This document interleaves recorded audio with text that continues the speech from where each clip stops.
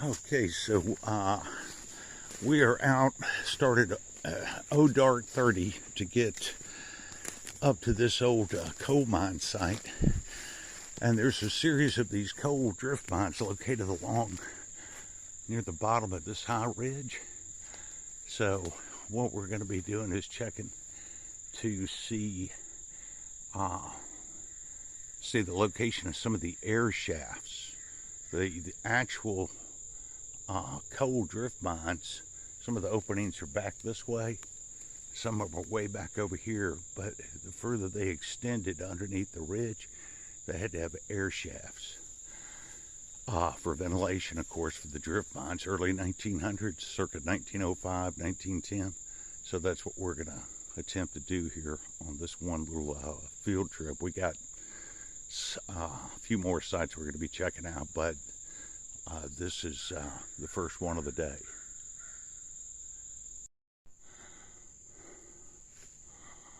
Okay, getting some daylight. It's pretty humid, and so crossing this ravine right here and try to stay on this route. There's a few air. Just dropped my coffee. There goes the lid, 50 feet down, and so we're just going to stay on this level right here and see if we can track these down on these air shafts. Okay, so we're about a third of the way up this high ridge line here, and you've got a nice, almost like a cave, beautiful overhang right there. Had to make sure there were no critters. Perfect place for even a bobcat or something, or a coyote to hide out. So that is way down there. And so this right here is one of the air shafts that we were looking for. It went in at this angle, so it's just all caved in. It would drop down. The drift mine would be about 50 feet below this. So that one's a bust. So there's two more we're going to be checking over here and see what we can find.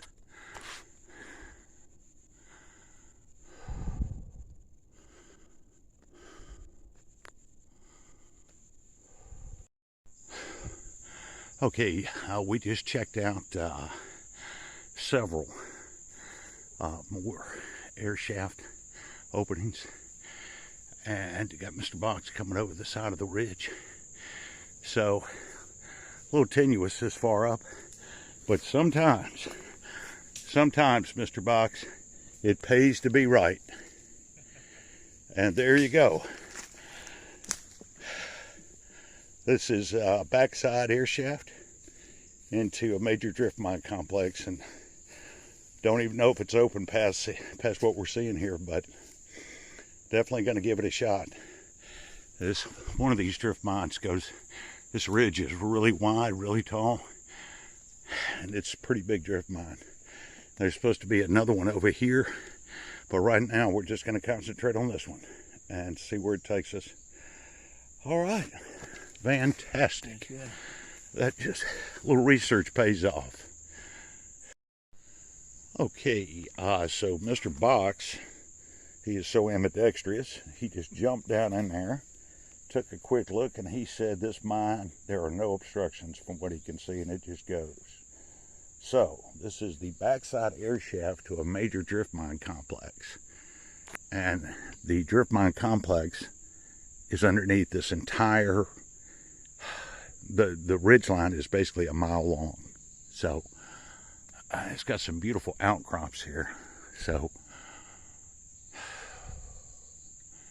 anyway, just really pleasant to have the research pay off for us, man. We put a lot of research into doing this. So anyway, sometimes, like I said, you roll donuts, sometimes you roll a hard 8. So, all right, we'll go in there in just a minute.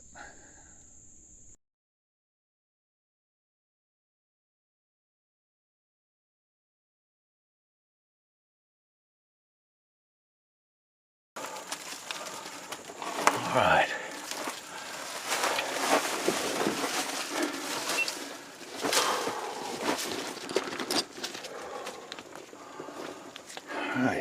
got a little bit of a collapse. You got sandstone right here, which is not too desirable, but once past there, it clears up completely. So just this half right here. So like I said, this one air shaft. There's multiple air shafts on the side of this far ridge, which extends for about a mile. So all underneath these ridge lines are a series of interconnected drift mines. So we'll just see what it looks like. All right. Okay, so we got the coal seam, which is about averaging 3 to 4 feet. You can see it clears up just past this. Mr. Box is behind me. Don't know how far this will go. It could be a total collapse right up here, but you know, we'll just see. So, I mean, it's pretty amazing we were able to locate this like a needle in a haystack. So, we'll just keep pushing forward. Now, this is the first right here. Mr. Box, he's taking it to a whole nother level. He is doing a little metal detector exploring right there. Okay, so it does look like it keeps going. You got some stacked rock walls. You got some tramway rail directly ahead. So,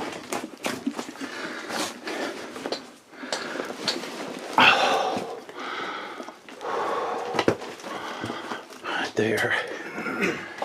You can see this went off this way.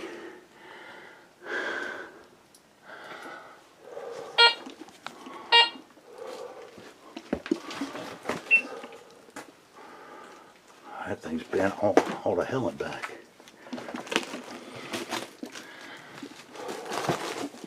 Yeah, look, just to show you that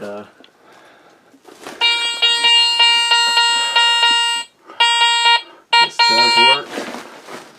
Piece of tram line. Oh. Sounds like we're in a casino. Underground, man. Underground casino. Drill mark right there. So yeah, it just keeps on going. So these are research. These are non-gassy coal mines. So we don't have to worry about methane or black damp or anything. So got a range of wooden timber support there. Like I said, more of a stacked rock wall. All right, let me get around this and video a little bit more. That looks like that goes back over there. Let's see.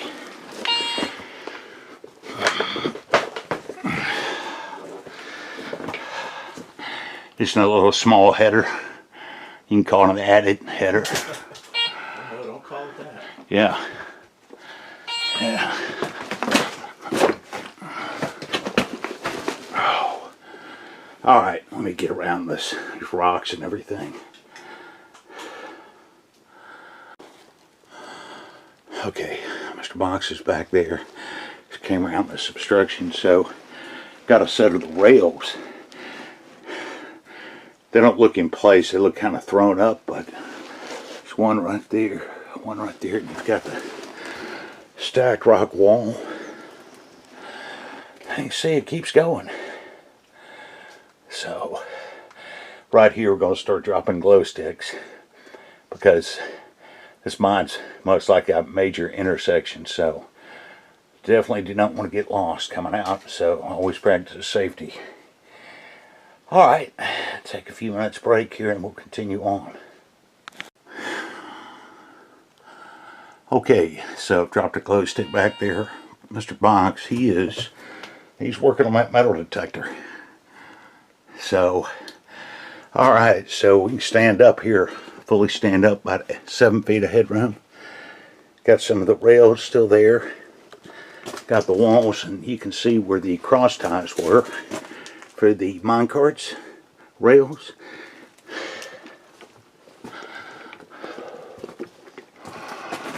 And you got the stacked rock wall. These miners, coal miners back then that worked these drift mines, these guys were artists. It's just no telling how long that took to stack that waste rock, you know, instead of taking it outside, man. All the coal they extracted from in there, they just blocked it up with the stacked rock wall, and you can see the remains of the little timber supports there.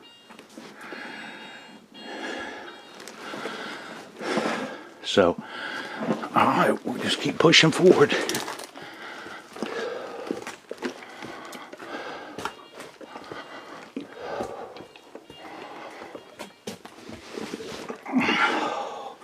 Now, that'll tell you one thing. That may connect with the parallel drift mine. Like I said, all these mines are interconnected under this ridge. So you got a section of tramway rail there. You got Mr. Box back there. So, alright. We'll just slowly keep moving along. No rush.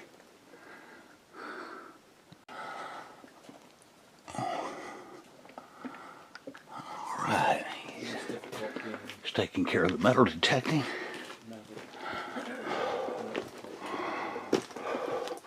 Some rich coal right there.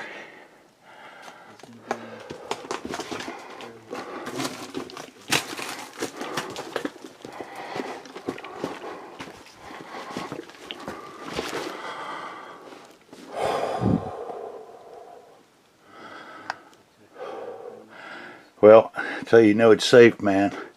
It's about the 10th bat I've seen. He just took off. There he goes again. Alright. Whenever you see bats, it's always a good sign. So, alright, just keep pushing forward. Okay, pushed on a couple of hundred more feet, dropped some more glow sticks. So you can see it still keeps going. And that right there is lead based paint. It says number 8. So it looks like 8 right to be there. So if it's still accessible, this would be the main, I think the main slope of this drift mine. So we just have to see. But if that's what it says, 8 right, and we're 8 headers away from being where the opening would be. So alright, keep going. Okay, not the best mine to negotiate, but you know, it just takes a little extra time. But one thing you always be on the lookout, stacked in these walls the bonders built, is bottles right there. And that's a whiskey bottle. It still has a cork in it, man. So that is pretty cool. You know, you just never know what's in these old mines, man. It could be valuable or historic, you know. So we'll pull that out in just a second. Okay, so just had to come through this, move this a couple of hundred more feet. I say this is a long haulage way, man. For this drift mine, you've got this really nice stacked rock wall here on both sides, man. This is where the minecart rows would be, and it just keeps going this way. So it looks like the headroom's a little bit better. And there's another bat, man. A lot of bats. This is the bat mine. So we'll keep moving forward here. Alright, that's good.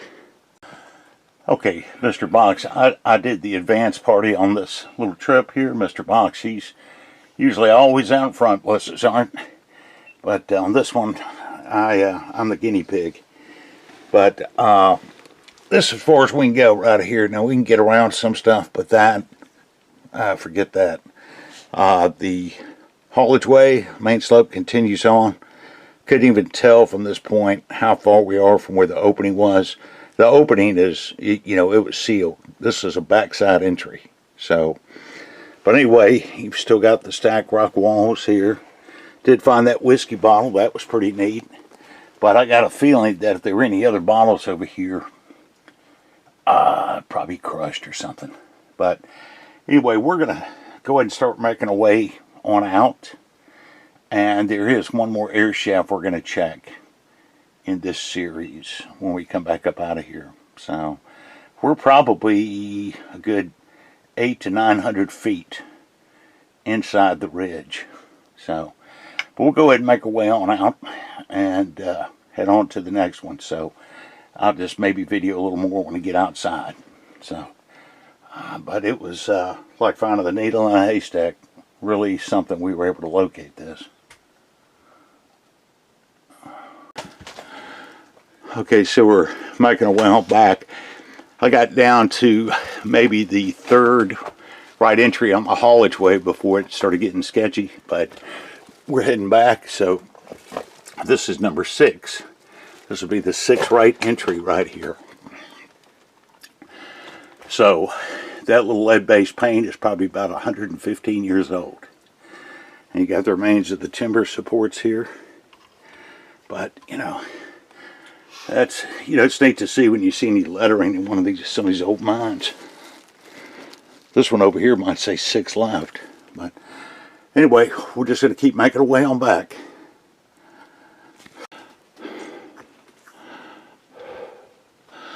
Okay, so we're moving on back. And it's number 11 right there.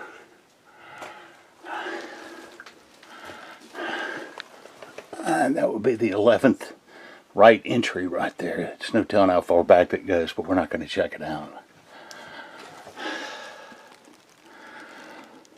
Starting to fog up. Yeah, that's what I was just thinking. He just mentioned that, see, our body heat, there's no airflow in here. So our body heat is starting to steam this mine up. So, but we're almost out. But yeah, I think we went somewhere around the neighborhood of 900 feet. It's pretty good length traversing in this. But anyway, very historic coal drift mine, whole series of them. So we get out, take a break. There's a possibility there's one more air shaft in this series we're going to check out. So remarkable we even located this. All right, keep going forward. Damn. Okay, so we made it back out to the opening. Not the coolest mine, if you want to say, interesting things to see, but nonetheless, we're able to locate it. No need to ever come back here. But anyway, historic mine nonetheless. Mr. Box, he's going to be making his way up right there.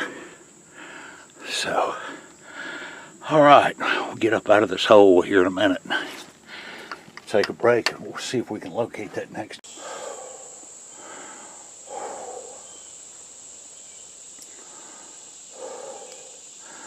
Okay, so we are out of this air shaft here. Yeah, I think we probably went about a good 800 to 900 feet. And you can see it's a high ridge.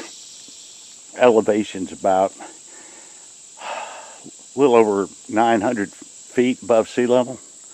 So this ridge runs for about a mile. So, like I said, very, very amazing we were able to locate this with some good research.